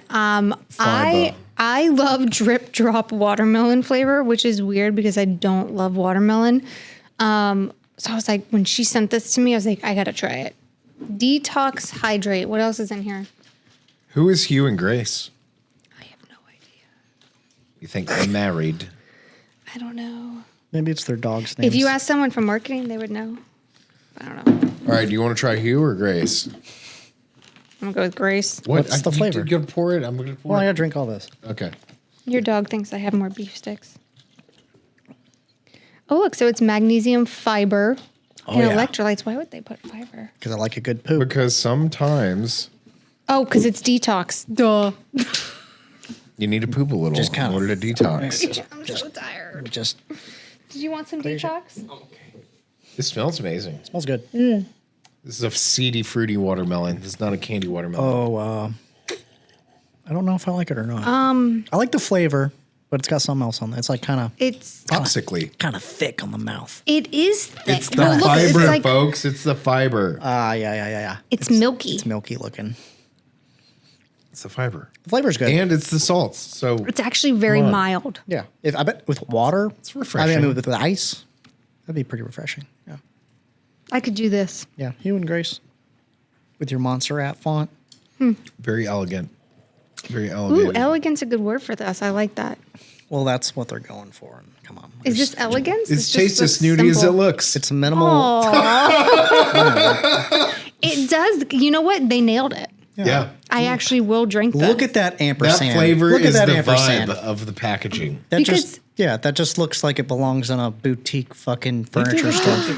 A boutique little store. I do like that. They have an Yeah, apothecary. it could be Soho. it could just as well be a candle. Have you seen? It could be a candle I'm just for. making Schitt's shit up. Creek? Yeah. Apothecary. Yeah, exactly. That's where it should be in. Look, it's the same color. It's the green. All right. Shifting gears over to Zoa. A pre-workout.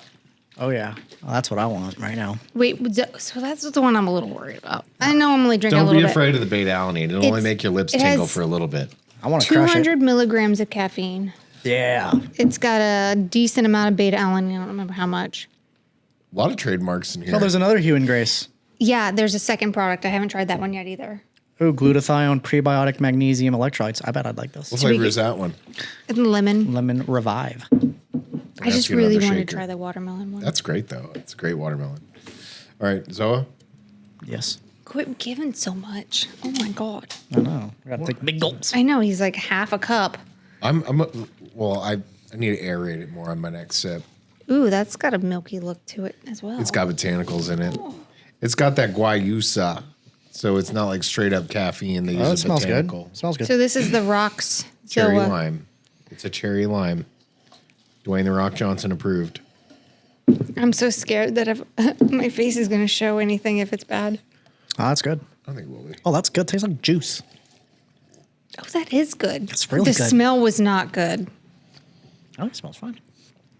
That tastes like juice.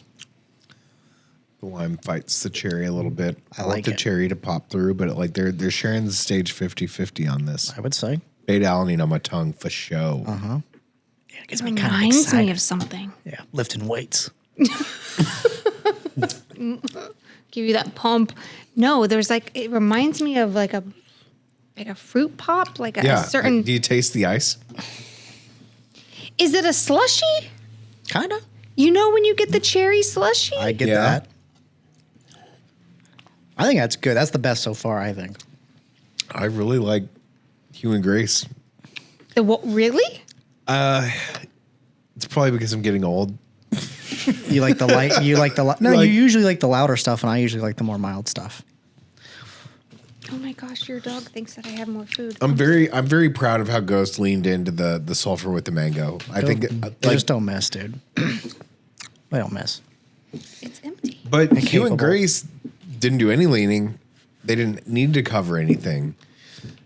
That was just beautiful. But so far, really no sulfur No. coming No. out Well, I got it on the aftertaste of the tablet. on the tablet. Yeah. Which how much are they? That's not a lot of volume. They're not diluting. Like there's pretty expensive. there's a lot of complication on the tablet where they're not going to be able to outrun the funk. Which one is this? This The one's Ghost? Ghost Pump sour strips. So this is rainbow. Oh yeah. The sour strips rainbow. is You gotta my fa- understand. this is my favorite energy drink We they had put out. Max tuning on the podcast. He's a sour strip guy. He owned it. He sold it. I'm very To curious to Hershey's. taste this. 75 million. Dan's over here like that's chump change, Yeah. but still, All right. Ghost Pump. Ghost Pump. Ooh, it's an interesting color. I did not expect it to look like this. Ooh. I like the taste. You know what? If you were looking to get jacked before a workout, Oh, yeah. this will That would do it. pop you up. You're definitely not going to say no to this. I drink it. I like a pump product too over a brie. But I think, and look, this is probably way more engineered of a product than the Zoa is. Oh, by far. So far, I haven't had really much funk on any of these though. I haven't had, besides the tablet was a little tab. bit, but even the Yeah. tablet I could do. Not on the front end, on the back end. Right. It lingered. I catch a little. in this. I don't. That is so overpowering. Yeah, I it's don't- got such a strong flavor on the front end. So overall, Okay. Now I think about it. I got a little bit. not bad. You just crush them anyways. I don't know. Yeah. All right. What's I mean, next? it's not to say the glutathione you cannot flavor it. There's plenty of proof here on this table that glutathione can easily be flavored. Yeah. For sure. Try to do that with NAC, you're gonna have a hard time. Yeah. I think I'd prefer it still in a capsule. Just to me, it makes more sense. I don't mind it. Give it to me in any form. Except these tablets. I don't know if I could do that every day. No. Those are just for drinking. Just for drinking. I don't know. Tablets. That's just how they I market thought they it. were for chewing, but it, Leave it to Joey. Talking about going back to the drumming. One on your, upper decky. Oh, yeah. You can do that too. Get that buccal absorption, which there is another study for. 260% increase in buccal cell absorption of glutathione stores from Setria. What is this? What's buccal? When you do the upper decky, man, when you Your do it buccal cells. either sublingual or like a rogue pouch, like you can get glutathione absorption right there. Oh, You y'all should don't do have that. to do that though. You just Would it be farty? It was just a capsule. They were taking a capsule, and it was being so. Typically, glutathione is mainly absorbed in the liver. Yeah. But in the bloodstream from this, from what we were testing, is that they had buccal cell storage as well as whole blood and red blood cell, which the buccal cell was so totally weird to me. But I think that's really cool. I think they took biopsies out of their mouths. Actually, as soon as I said that, I literally just go, "How did they do Ow. that?" No, I think it was a swab, right? No, Maybe. I don't know. I should. Know. We have more. We don't have any more water. We have the. So Oh, those we got are, more water. Those are the Dr. Gina's pixie sticks, and I have never tried that These one are either. straight to the dome. I love this stick. No. You're supposed to. I bet this is Okay, so fair to design, but I thought that it was like just. But I think you're supposed to add water to it. can you imagine having to provide a linear panel for this, Joey? Oh Experience my the God. gold standard in glutathione supplementation. Our premium powder ensures high quality absorption for the ultimate health benefits. These have to have outer packaging, right? It comes in a box. Yeah. Okay, And then the 'cause- box opens up, and you have all these cute little stick packs. 250 Yeah. milligrams. Because they don't have everything on here and they can't. Well, they don't have instructions on what we're supposed to do with it. So I'm gonna pull There's it up no real linear quick. panel, Joey. I kept the box at home since I was traveling. I'm taking this straight to the dome. oh, yeah? Is anyone going on this journey with me, or am I Yeah, going hell alone? yeah, I'm going. You said it was a pixie stick. It did. says pixie. Look. Can I snort it? You're gonna get a sinus infection, but yes, you can. I mean, it's nose sized. Suggested use. Oh, that just says one packet. That doesn't. These all have Setria? I'm All right, I'm rethinking it. I'm pretty sure you're supposed to put it in water, Joey. Joey's just going whole ham. He dry scooped and is like questioning everything. Oh, man. You look like you're dying. Do you have plain water? Can you get me some more water? Please, just dump that out. And get me some more water. Joey, it didn't look pleasurable at all. I'm not going to do that. She calls it a pixie stick, man. She does. I actually thought that's what you were supposed to I do, put but about half of this thing under my tongue just now. The gold standard in glutathione supplementation. That's what they say. And that's what they say about Setria. it doesn't say. I think my buccal cells are getting antioxidized right now. I feel buckled. You're ready to combat any pathogens that you put in your mouth. I'm going to go eat some plutonium. Oh my God. You let me know how that goes. All right. This is an adequate amount of It's, water. you know what though? This is actually good feedback for her because it doesn't say to put water with it. I am that idiot who just took it wrong. It just says suggested use, one package of 250 milligrams for adults, and that's it. It smells good.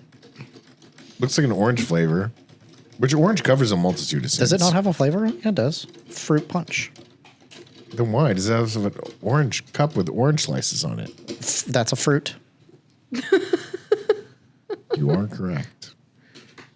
I think fruit punch could be, anything. It's a Open variety to of fruit. interpretation. I feel like fruit punch typically has like a red Yeah. cherry Oh, flavor. Oh, that's good. It's very fruit punchy. Really? Is it good? Yeah, try it.